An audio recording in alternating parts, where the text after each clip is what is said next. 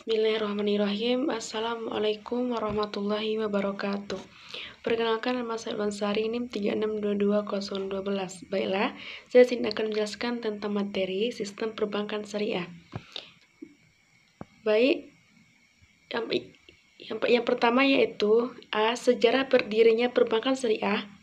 Perbankan syariah pertama kali muncul di Mesir tanpa menggunakan embel-embel Islam karena adanya kekhawatiran rezim yang berkuasa saat itu akan melihatnya sebagai gerakan fundamentalitas bank simpanan yang berbasis profit sharing atau pembagian laba di kota Midgam pada tahun 1963. Eksperimen ini berlangsung hingga tahun 1967 dan saat itu sudah berdiri 9 bank dengan konsep serupa di Mesir. Bank-bank ini yang tidak memungut maupun menerima bunga sebagian besar berinvestasi pada usaha-usaha perdagangan masih di negara yang sama. Pada tahun 1971 hasil sosial bank didirikan dan mendeklarasikan diri sebagai bank komersial bebas bunga, walaupun dalam akta pendiriannya tidak disebutkan rujukan kepada agama maupun syariat Islam. Islamic Development Bank atau IDB kemudian berdiri pada tahun 1974, disponsori oleh negara-negara yang bergabung dalam organisasi konferensi Islam. Walaupun utamanya bank syariah tersebut bank antar pemerintah yang bertujuan untuk menyediakan dana untuk proyek pembangunan di negara-negara anggotanya. Bagian B yaitu sejarah berdirinya perbankan syariah di Indonesia.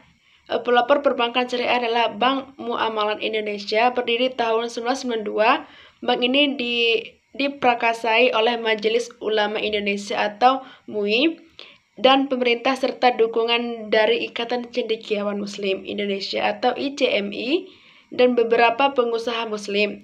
Bank ini sempat terimbas oleh krisis moneter pada akhir tahun 90-an sehingga akuitasnya hanya tersisa sepertiga dari modal awal atau IDB, kemudian memberikan suntikan dana kepada bank ini dan pada periode dapat bangkit dan menghasilkan laba. Saat ini keberadaan bank syariah di Indonesia telah diatur dalam yaitu Undang-Undang Nomor 10 Tahun 1998 tentang perubahan dan UU Nomor 7 1992 tentang perbankan. Hingga tahun 2007 terdapat institusi bank syariah di Indonesia yaitu Bank Muamalat Indonesia, Bank Syariah Mandiri, dan Bank Mega Syariah. Sementara itu, bank umum yang telah memiliki unit syariah adalah 19 bank, diantaranya merupakan bank besar seperti Bank Negara Indonesia atau Persero dan Bank Rakyat Indonesia atau Persero.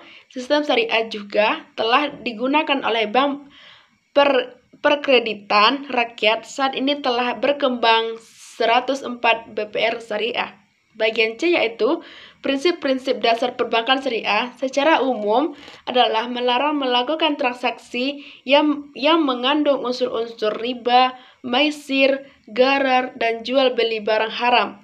Prinsip bank syariah ini diterapkan untuk mencapai tujuan sesuai jalur syariah. Pada artikel sebelumnya telah dijelaskan bahwa setidaknya ada macam prinsip bank syariah yaitu mudharabah, musyarakah, wadiah, murabahah, istisnah, ijarah, qard, hiwalah, hawalah, wakalah. Baik, yang pertama yaitu prinsip bank syariah atau mudharabah. Mudharabah adalah akar kerjasama usaha antara sahibul ma'al atau pemilik dana dan mudharabib pengelola dana dengan nisab bagi hasil menurut kesepakatan di muka. Jika usaha mengalami kerugian, maka seluruh kerugian ditanggung oleh pemilik usaha, kecuali jika ditemukan adanya kelalaian atau kesalahan oleh pengelola dana seperti penyelewangan, kecurangan, dan penyalahgunaan dana. Bagian 2 yaitu prinsip bank syariah atau musyarakah.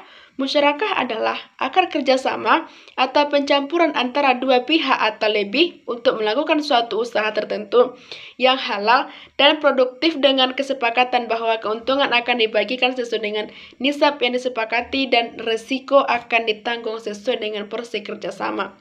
Bagian tiga yaitu prinsip bank, syariah atau wadiah.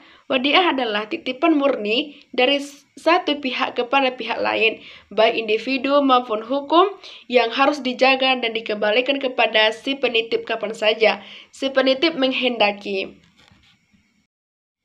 Baik, bagian D yaitu perbedaan bank syariah dengan bank konvensional. Pertama, perbedaan falsafah. Perbedaan pokok antara bank konvensional dengan bank syariah terletak pada landasan falsafah yang dianutnya. Bank syariah tidak melaksanakan sistem bunga dalam seluruh aktivitasnya, sedangkan bank konvensional justru kebalikannya. Hal inilah yang menjadikan perbedaan yang sangat mendalam terhadap produk yang dikembangkan oleh bank syariah, di mana untuk menghindari sistem bunga, maka sistem yang dikembangkan adalah jual beli serta kemitraan yang dilaksanakan dalam bentuk bagi hasil.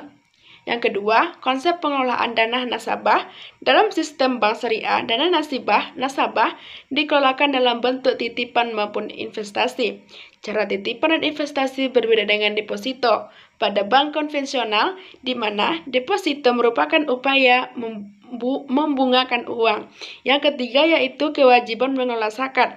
Bank syariah diwajibkan menjadi pengelola zakat, yaitu wajib membayar zakat, menghimpun, mengadministrasikan, dan mendistribusikannya. Hal ini merupakan fungsi dan peran yang melekat pada bank syariah untuk memobilisasi dana-dana sosial, zakat, infak, sedekah. Yang keempat, struktur organisasi. Di dalam struktur organisasi suatu bank syariah diharuskan adanya pengawas syariah atau DPS. DPS bertugas mengawasi segala aktivitas bank agar selalu sesuai dengan prinsip-prinsip syariah. DPS ini dibawahi oleh Dewan Syariah Nasional atau DSN. Berdasarkan laporan dari DPS pada masing-masing lembaga keuangan syariah, DSN dapat memberikan teguran. Baik, demikian pembacaan materi saya. Assalamualaikum warahmatullahi wabarakatuh.